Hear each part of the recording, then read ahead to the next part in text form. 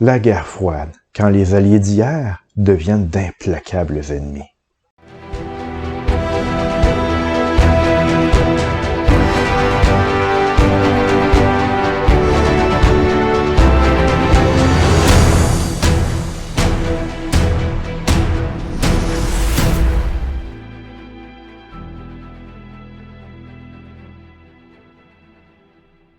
Bonjour chers amateurs d'histoire. Alors on a eu l'occasion de voir qu'à travers la Seconde Guerre mondiale, la menace d'Hitler était telle que certains alliés, dont des alliés non naturels, ont fini par unir leurs forces contre l'ennemi commun. Je parle en particulier de l'URSS d'un côté et de la Grande-Bretagne et des États-Unis de l'autre. Mais évidemment, cette union était tout sauf naturelle dans la mesure où est-ce qu'on a le capitalisme des États-Unis d'un côté, alors qu'on a le communisme de l'autre. Donc, deux doctrines extrêmement opposées au niveau de l'idéologie. Alors, qu'est-ce qui va arriver? C'est que au lendemain de la guerre, et même vers la fin de la guerre, au fur et à mesure que la victoire devient acquise, on va assister à un éloignement graduel entre les deux grands alliés. Alors tout ça va donner naissance à un nouveau type de conflit qu'on appelle la guerre froide, c'est-à-dire une opposition idéologique entre deux grands blocs, le bloc de l'Est symbolisé par l'URSS et le bloc de l'Ouest symbolisé principalement par les États-Unis, qui se regardent l'un l'autre et qui n'osent vraiment s'affronter directement, mais qui vont s'affronter en sous-main pendant des décennies.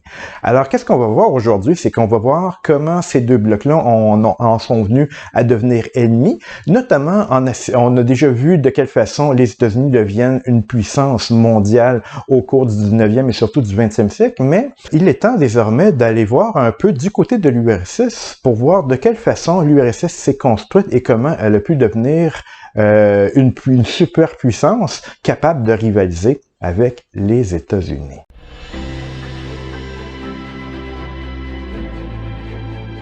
Alors, pour comprendre la situation qui prévaut en URSS à l'époque de la Seconde Guerre mondiale et la période qui suit, il faut reculer un petit peu en arrière, donc quelques années, même davantage, jusqu'à la Première Guerre mondiale.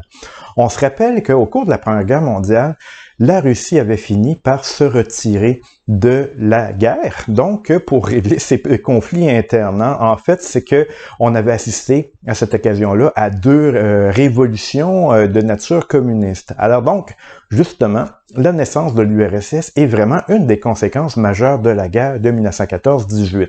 Alors donc, en 1917, si on se rappelle bien, le tsar Nicolas II va abdiquer et puis les communistes vont finir par prendre le pouvoir par la révolution d'octobre avec Lénine à leur tête. Et donc, l'Union des républiques socialistes soviétiques, l'URSS, naît officiellement en 1922. Mais c'est Lénine, au début, qui est au pouvoir. Dans quel contexte et de quelle façon Staline arrive-t-il au pouvoir, donc à la tête de l'URSS? En fait, il faut se rappeler qu'au début des années 1920, la Russie est un pays complètement ruiné et dévasté par la guerre de 14-18, par la guerre civile également et par une terrible famine. Et donc, l'URSS commence avec des années difficiles. Et la mort de Lénine en 1924 va déclencher éventuellement une lutte de succession entre les deux hommes forts, d'un côté Trotsky qui était le créateur de l'Armée rouge et Staline qui était le secrétaire général du Parti communiste. Alors, Staline finit par s'imposer avec beaucoup d'habileté politique et avec très peu de scrupules. Alors, il finit par s'imposer finalement en 1928 comme l'homme fort de l'URSS et il va même faire exiler Trotsky, son rival. Alors, à partir du moment où c'est Staline qui détient les rênes du pouvoir, quelle politique économique va-t-il mener à partir de 1929? En fait, à partir de 1928-1929, Staline décide de faire de l'URSS une grande puissance économique communiste. Alors donc, il va mettre beaucoup d'énergie et beaucoup de contraintes pour en venir à ses fins. D'abord, au niveau de l'agriculture, c'est que sous son égide, la collectivisation des terres va débuter en 1929. Alors, les paysans doivent se regrouper dans des exploitations collectives et les terres privées, donc, sont confisquées au profit du plus grand nombre, du moins officiellement. Alors, il s'agit donc d'une collectivisation forcée. Elle était posée par la terreur. Alors, justement, de nombreux paysans riches, les koulaks, sont massacrés à cette occasion. Donc, on n'y va pas de main morte pour collectiviser les terres. Mais l'effort se fait aussi au niveau de l'industrie. Alors, l'objectif de Staline était de faire de l'URSS une grande puissance industrielle. Alors donc, il va procéder à une industrialisation intense qui va être menée à partir d'une planification qui fixe des objectifs de production à tous les 5 ans, les fameux plans quinquennaux. Donc, à tous les 5 ans, l'administration de l'URSS se fixe des objectifs qu'on doit absolument respecter.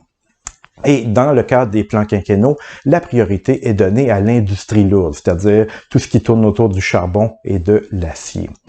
Et tout ça se fait avec une certaine main lourde aussi, pas seulement une industrie lourde. Alors, les ouvriers qui travaillent dans les usines n'ont pas le choix de l'usine dans laquelle ils travaillent. Un peu comme à l'époque du servage, dans le temps où les paysans ne choisissaient pas les terres sur lesquelles ils travaillaient, on procède de la même manière à l'époque du communisme. Alors, ces efforts vont éventuellement porter fruit, non sans sacrifice évidemment. Alors, en 1939, après ces années de plans quinquennaux successifs, l'URSS a fini par devenir la 3e puissance industrielle au monde.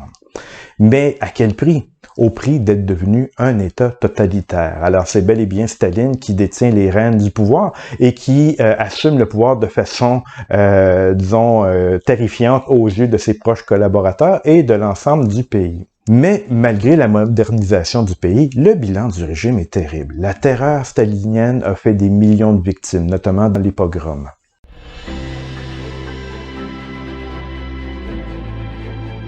Donc, à l'aube de la Seconde Guerre mondiale, l'URSS est en passe de devenir une grande puissance mondiale. Et c'est à ce titre qu'elle va entrer dans le conflit. D'abord, aux côtés de l'Allemagne, du moins dans un pacte de non-agression, on a vu les circonstances précédemment, et éventuellement, elle va passer du côté des Alliés, donc de la Grande-Bretagne, de la France et éventuellement des États-Unis.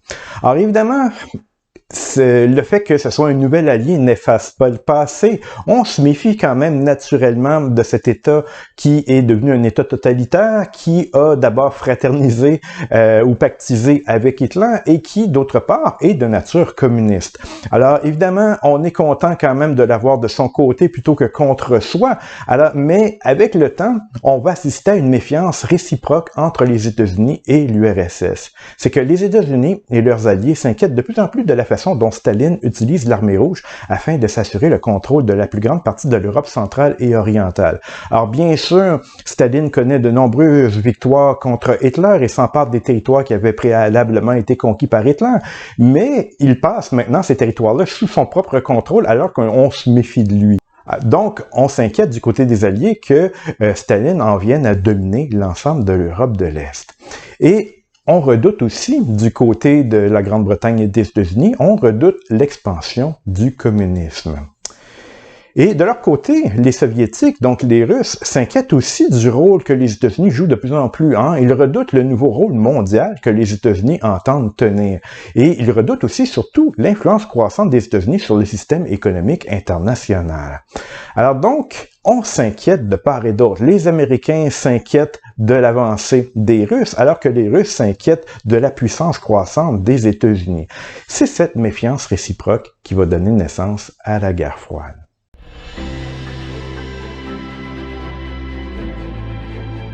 Mais avant de continuer plus avant, il est bon de s'entendre sur qu'est-ce que c'est au juste que la guerre froide.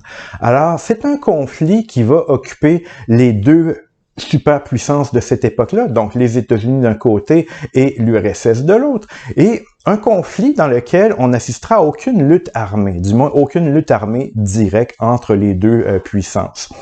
Et on va arriver aussi dans une période où est-ce qu'on va assister à des relations économiques et diplomatiques très conflictuelles entre les deux puissances. Et d'autre part, tout ça va être doublé d'une intense course aux armements. Donc, on s'arme à vitesse grand V des deux côtés en prévision d'un éventuel conflit.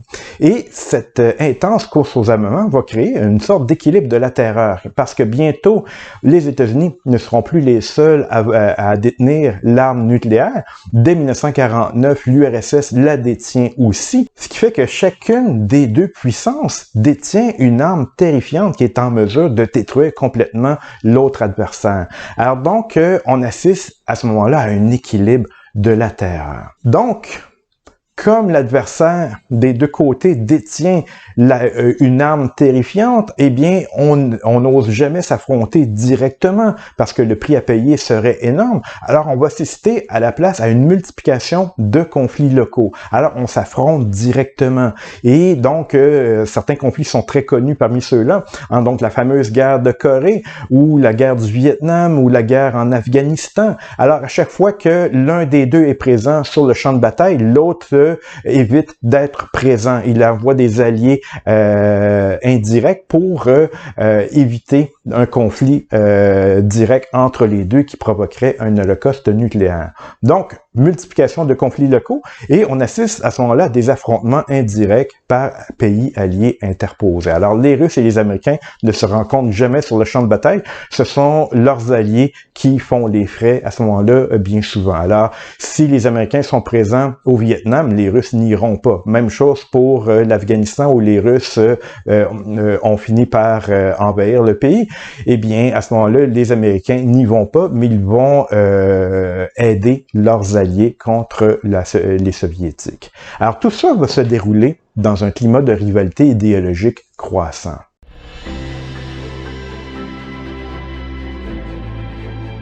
Alors justement, on parle d'idéologie, il est important de voir qu'est-ce qui différencie les deux camps sur le plan idéologique. Alors, on va voir d'un côté le système de l'URSS et de l'autre côté le système des États-Unis.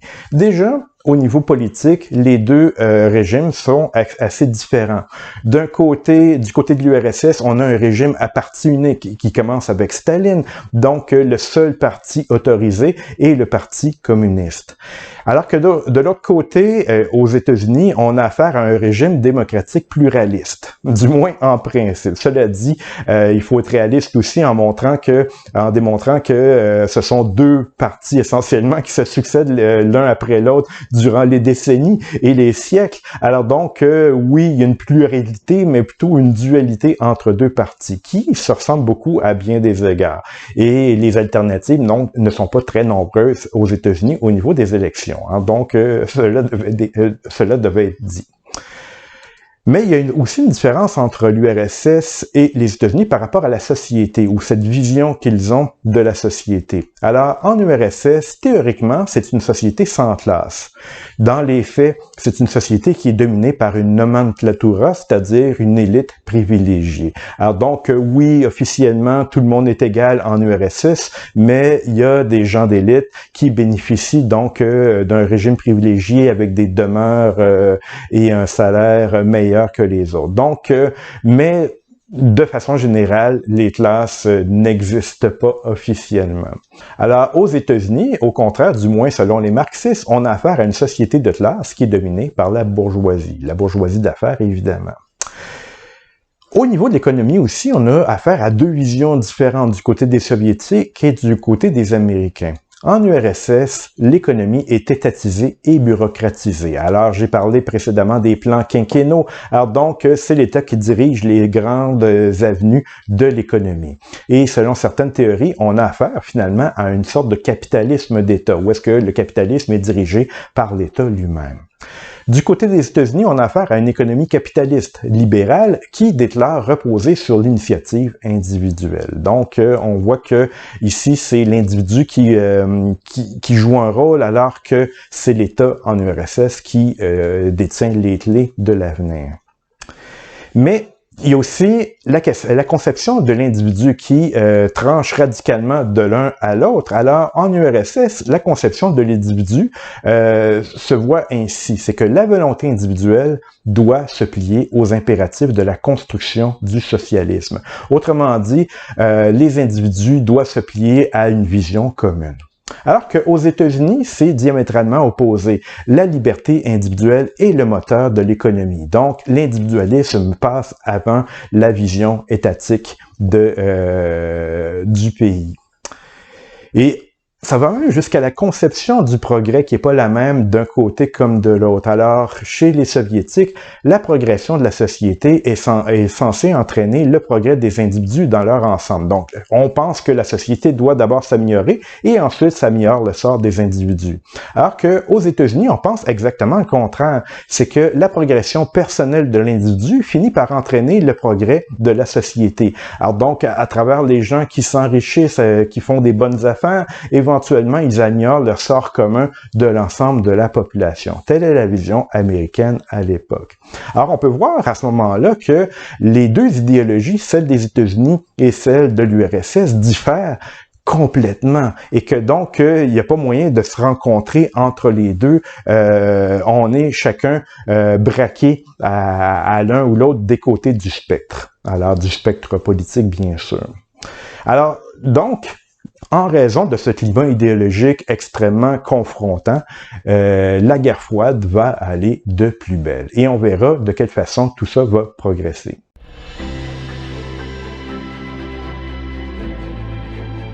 Alors maintenant qu'on a vu de quelle façon on s'oppose de part et d'autre entre les États-Unis et l'URSS, au point de vue des idées, l'idéologie et tout ça, alors voyons dans les faits qu'est-ce qui s'est passé au juste à partir de la victoire en 1945. Alors, en 1945, l'Axe s'est effondré, les puissances de l'Axe ont été vaincues, mais en même temps, l'Europe est détruite. Et de ce fait, les deux superpuissances sont face à face. Alors, l'URSS est maintenant face aux États-Unis. Et à cette époque-là, la supériorité des États-Unis est incontestable, sur le plan économique comme sur le plan militaire. Alors, même si les États-Unis démobilisent l'essentiel de leurs forces, ils n'en gardent pas moins le monopole atomique. Donc, ils jouissent d'une supériorité extrêmement intéressante pour eux. Mais en même temps, il ne faut pas sous-estimer l'URSS. L'URSS qui détient la première armée du monde, numériquement parlant, et qui détient aussi un prestige immense, parce que, il faut le reconnaître, Staline est le principal vainqueur d'Hitler. Alors donc, c'est grâce au courage et aux efforts de guerre de l'URSS que Staline a principalement été vaincu. Alors donc, opposition entre les deux ont des avantages chacun de leur côté. Du côté des États-Unis, les choses se corsent aussi parce que Roosevelt est mort le 12 avril 1945, donc lui qui avait été le président pendant tant d'années. Alors, il est remplacé par son vice-président, Harry Truman. Et Harry Truman paraît moins bien disposé à l'égard de l'URSS que l'était Roosevelt. Alors, en arrivant au pouvoir, il interrompt l'aide, le prêt-bail qu'on autorisait à l'URSS, donc dès 1945. Donc, un mois après sa nomination, déjà, Truman amène un premier élément contre l'URSS. Il cesse de prêter de l'argent à l'URSS. Staline, de son côté, veut placer ses pions sur l'échiquier de l'Europe. Alors, il veut constituer à l'ouest de l'URSS un ensemble d'États amis. Alors, il veut faire comme une sorte de cordon sanitaire à rebours. Donc, l'idée étant de créer plusieurs États tampons qui pourraient protéger l'URSS contre une éventuelle attaque. Si on veut attaquer l'URSS, il faut attaquer d'abord la Pologne, la Tchécoslovaquie ou la Roumanie. Donc, ces ensembles de pays-là qui sont pour l'instant sous son contrôle. Et autre idée de Staline, c'est que, évidemment, on l'a vu précédemment, l'URSS a énormément souffert de la Seconde Guerre mondiale, et justement, pour réparer les ruines de son pays, Staline compte sur des réparations allemandes. Il s'est emparé d'une partie du territoire de l'Allemagne, et il entend bien ce pays lui-même à travers les possessions allemandes. Alors, évidemment, les tensions montent entre les deux camps, et donc, c'est ce qui va mener à de plus en plus d'affrontements diplomatiques entre les États-Unis et l'URSS.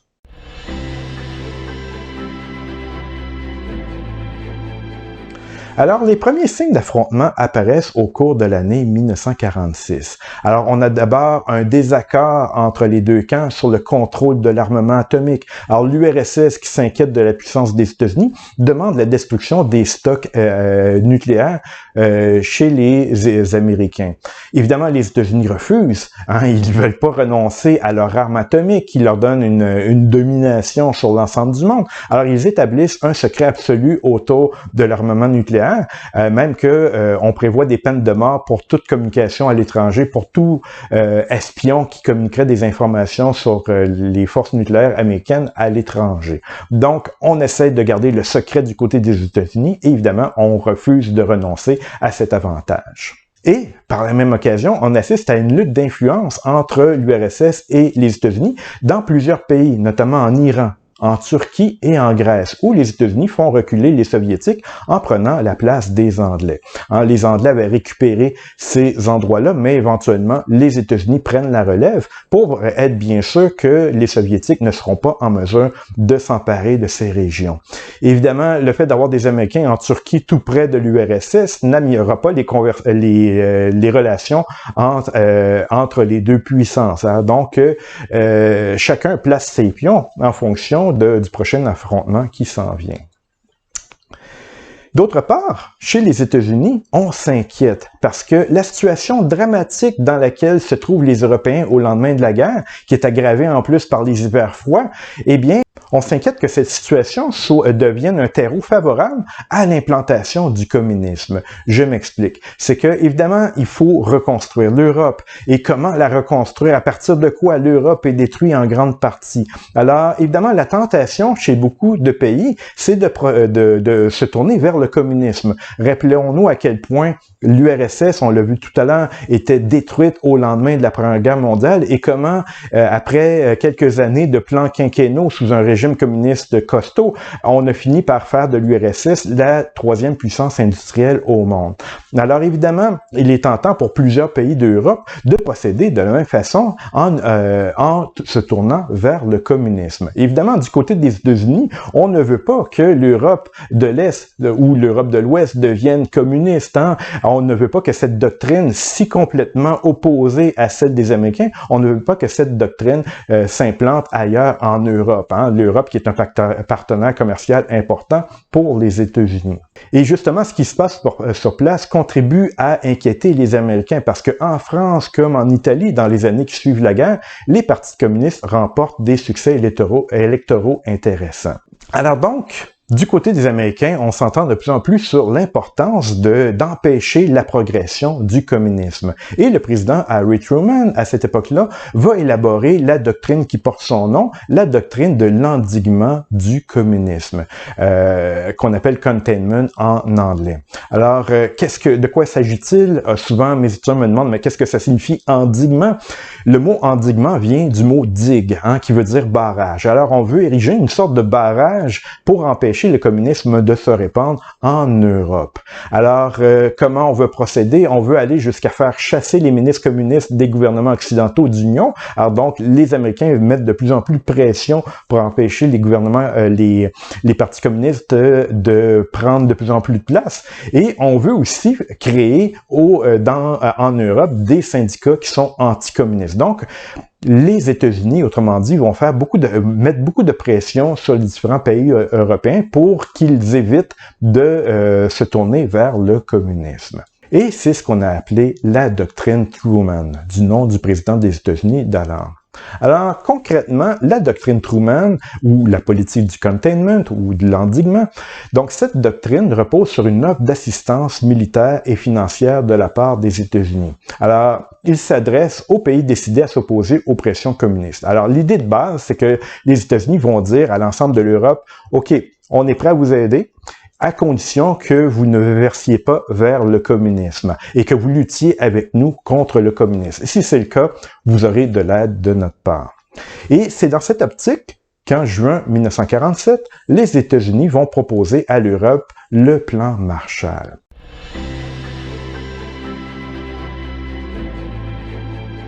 Alors, le plan Marshall, qui porte le nom du secrétaire d'État américain à l'époque, George Marshall, c'est un programme d'aide financière qui va être élaboré pour aider à la reconstruction des pays européens qui sont dévastés par la Seconde Guerre mondiale. Alors, l'idée, c'est de leur fournir les moyens de reconstruire leur pays sans recourir au communisme. Alors, il faut savoir qu'après la guerre, la production agricole et minière en Europe avait presque cessé et une grande partie de la population était menacée par la pénurie de denrées alimentaires. Donc, c'était la grosse misère au lendemain de la guerre. Et d'autre part, il y avait un autre problème, c'est que les Européens souffraient du manque de dollars, du manque d'argent, ce qu'on appelait le dollar gap. Alors, ce manque d'argent les empêche d'acheter aux États-Unis les matériaux et les biens d'équipement qui étaient nécessaires à la reconstruction économique. Alors, d'où ce plan d'aide? Parce que dans le fond, on veut aussi que les Européens achètent des produits américains, mais ils n'ont pas les moyens de le faire. Alors, on va leur prêter de l'argent pour qu'ils puissent acheter des produits américains et en même temps faire rouler l'économie américaine. On y revient bientôt. Donc, on concocte du côté des Américains un plan d'aide, le fameux plan Marshall. Et même si au départ, l'aide américaine est proposée à tous les pays d'Europe, y compris l'URSS et les États communistes, elle est cependant destinée prioritairement aux nations qui sont non communistes. On comprend pourquoi. Et il y a des raisons politiques à ce plan Marshall. En fait, le plan Marshall est un exemple de la volonté américaine de se tourner en direction de l'Europe et de contrer le communisme. Alors, c'est pour ça qu'on finance essentiellement les pays qui ne versent pas vers le communisme.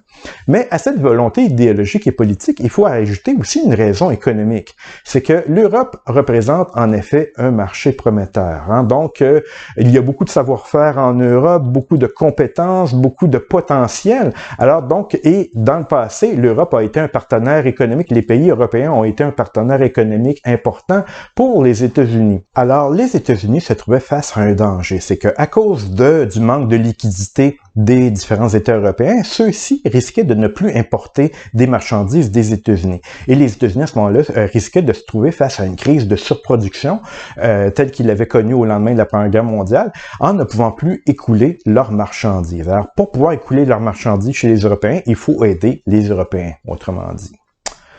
Alors évidemment, face aux conditions proposées, c'est-à-dire que les États-Unis proposent une coopération totale, l'Union soviétique, elle, va refuser le plan Marshall au nom de la préservation de sa souveraineté nationale. Alors, il n'est pas question évidemment que l'Union soviétique renonce au communisme. Alors donc, l'Union soviétique refuse l'aide des États-Unis, une aide donnée dans ces conditions, et elle va entraîner dans son refus tous les États qui sont sous son contrôle, notamment la Tchécoslovaquie, la Pologne, et de toute façon tous les autres pays d'Europe de l'Est qui sont sous son autorité. Alors donc, le plan Marshall ne s'appliquera à aucun pays communiste, aucun pays d'Europe de l'Est. Alors, le plan Marshall va aider seulement les pays d'Europe de l'Ouest. Et sur ces entrefaites, le Congrès des États-Unis va finir par voter le programme d'aide en avril 1948 et il va distribuer plus de 13 milliards de dollars répartis sur 4 ans. Et là, on s'entend ici, il s'agit de 13 milliards de dons, pas de prêts, mais des dons à certaines conditions, évidemment. Les crédits les plus importants vont être versés à la Grande-Bretagne, la France, l'Italie et à la République fédérale d'Allemagne. On reviendra sur l'Allemagne plus tard. Et évidemment,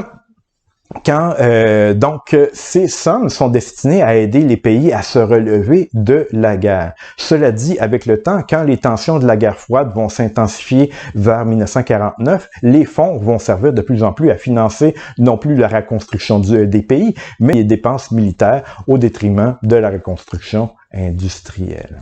Alors, on pense d'abord à la défense contre le communisme, contre le bloc de l'Est. Bien sûr, le plan Marshall s'accompagne sur le plan politique de l'isolement des partis communistes dans les pays d'Europe occidentale. Alors donc, on aide les pays à se redresser, mais d'un autre côté, on les oblige à restreindre beaucoup les possibilités des partis communistes. Mais dans ce contexte, même s'il contribue au redressement économique de nombreux pays, le plan Marshall renforce également la coupure entre les pays capitalistes et les pays communistes en Europe. Une coupure qui va être au centre de la guerre froide. Il faut bien comprendre que grâce à l'aide américaine, l'Europe de l'Ouest se reconstruit très rapidement, alors que l'Europe de l'Est, elle, se reconstruit, disons, à un rythme beaucoup plus lent.